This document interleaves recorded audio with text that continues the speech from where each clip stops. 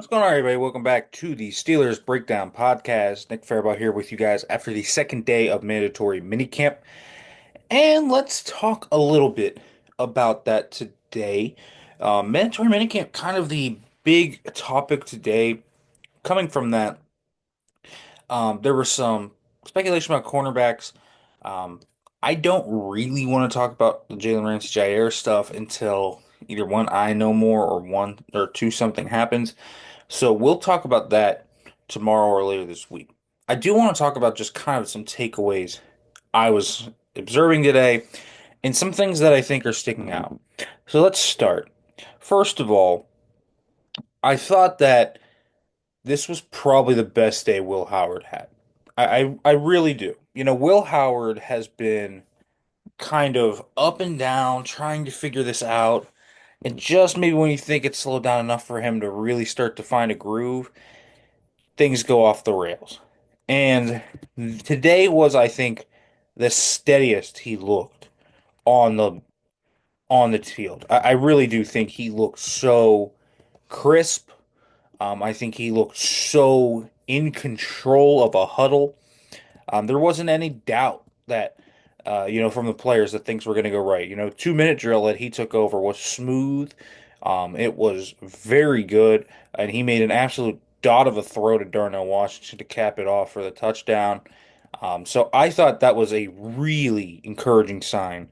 If you are looking for when are they going to see if things are turning the corner for him, today was a good start. So to me, this was the best day that we have seen so far from Will Howard. Darnell Washington had another great day today.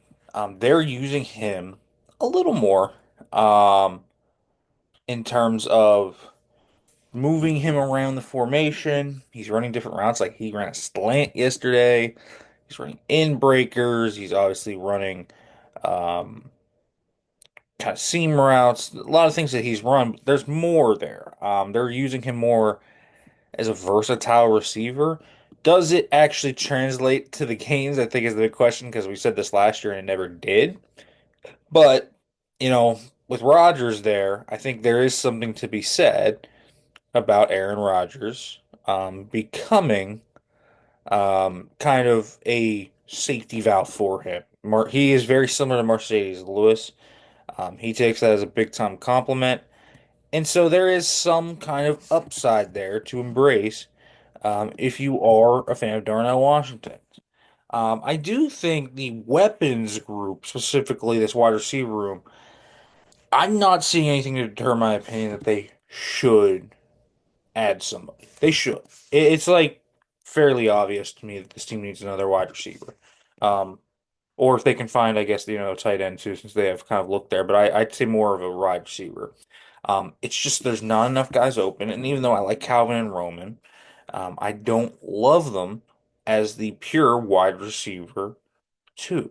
And so I think if you could add one more body in there to kind of break that up. Listen, Keenan Allen said today he wasn't interested in playing in Pittsburgh. Okay, I guess it's not going to be him, but I'd even feel a heck of a lot more comfortable personally if one of Gabe Davis and Amari Cooper were here. That's what I will say. All right, is it going to make the world of difference? I don't think so, but if you add one of those guys in, at least you can, plan to matchups a little bit better. And sure, that could still be Calvin as the two at that point, but at least you have a nice collection of threes, and I think that you can kind of use as a conduit to kind of fill in the hole. And so I think that's something to think about. So not really seeing anything there. Now, Calvin and Roman had nice springs. This is kind of the environment for them. Spring's always great for those kind of slot receiver types. And it has been for them. But I also think there's real questions of if they can be wide receiver two types. So we'll see where things go. But I'm fully expecting them to add somebody here. We'll just see when it is and who it is. So that'll be a big thing to watch. In terms of standouts, I really think Jack Sawyer is taking load of coaching. I think Caleb Johnson's taking load of coaching. I love to see rookies that are detail oriented. Those two have stuck out to me the most as like in depth, detailed, just kind of gnawing at every little thing they can get. That has been kind of the MO. They have been asking questions. They have found mentors. For example, Caleb Johnson has found a mentor in Jalen Warren on his biggest weakness, which is pass pro. Jack Sawyer has taken to the flame of Alex Highsmith. No TJ Watt, but still a good, really good mentor to have. And so those guys are really diving in, I think, in the right way. They come with the right hard-nosed mentality that you need to be a really good player.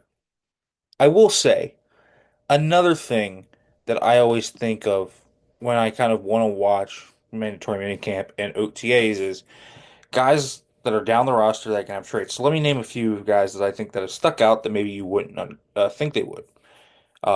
Montana Lamonius Craig. The Steelers signed this guy as a wide receiver like 5 minutes before the first day of OTAs. He was a rookie minicamp tryout.